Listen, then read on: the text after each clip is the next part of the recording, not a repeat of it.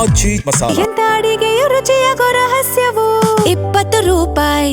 ಮಂಡ್ಯದಲ್ಲಿ ಮಾರಕವಾಗ್ತಾ ಇದೆಯಾ ಸಕ್ಕರೆ ಕಾರ್ಖಾನೆ? ಈ ರೀತಿಯಾದಂತಹ ಪ್ರಶ್ನೆ ಮುನ್ನೆಲೆಗೆ ಬರ್ತಾ ಇದೆ. ಪಾಂಡವಪುರದಲ್ಲಿ ಇರುವಂತಹ PSSK ಸಕ್ಕರೆ ಕಾರ್ಖಾನೆ ಇದು. ಕಾರ್ಖಾನೆಯಿಂದ ಬರುವಂತ ಧೂಳು ಬೂದಿಯಿಂದಾಗಿ ಸಮಸ್ಯೆ ಆಗ್ತಾ ಇದೆ.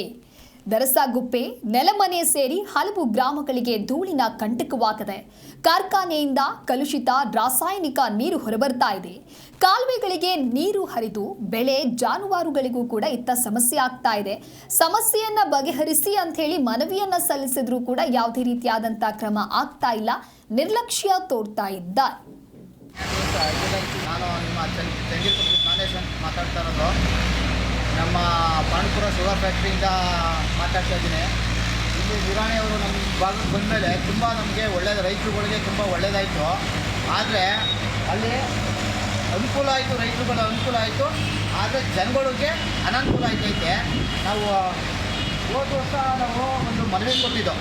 ಸಕ್ಕರೆ ಕಾರ್ಖಾನೆ ಇತ್ತೀಚಿನ ಕೆಲವು ವರ್ಷಗಳಿಂದ ಮುರುಗೇಶ್ ನಿರಾಣಿ ಕಂಪ್ನಿಯವರು ಅವರು ವಹಿಸ್ಕೊಂಡಿದ್ದಾರೆ. ಆ ಕಂಪ್ನಿಯಿಂದ ಈಗ ಶುರುವಾಗಿದೆ, ರೈತ ಕಬ್ಬಿನ ಹರಿತಾ ಇದ್ದಾರೆ. ಈಗ ಏನಾಗಿದೆ ಅಂತ ಹೇಳಿದ್ರೆ ಅಲ್ಲಿ ಬರುವಂತ ಸಣ್ಣ ಸಣ್ಣ ಕಬ್ಬಿನ ಒಂದು ಕಣಗಳು ಮತ್ತೆ ಬೂತಿ ಅಕ್ಕಪಕ್ಕ ಗ್ರಾಮದ ಮನೆ ಮೇಲೆ ಕೂತಿದೆ. ಮತ್ತೆ ಸಾರ್ವಜನಿಕರಿಗೆ ಅಸ್ತಮ ಮುಂತಾದ ಕಾಯಿಲೆಗಳಿಗೆ ತುಂಬಾ ಕಾರಣ ಆಗಿದೆ. ಮತ್ತೆ ಮಕ್ಕಳುಗಳ ಭವಿಷ್ಯನೂ ತುಂಬಾ ಹಾಳಾಗ್ತಾ ಇದೆ. ಅದು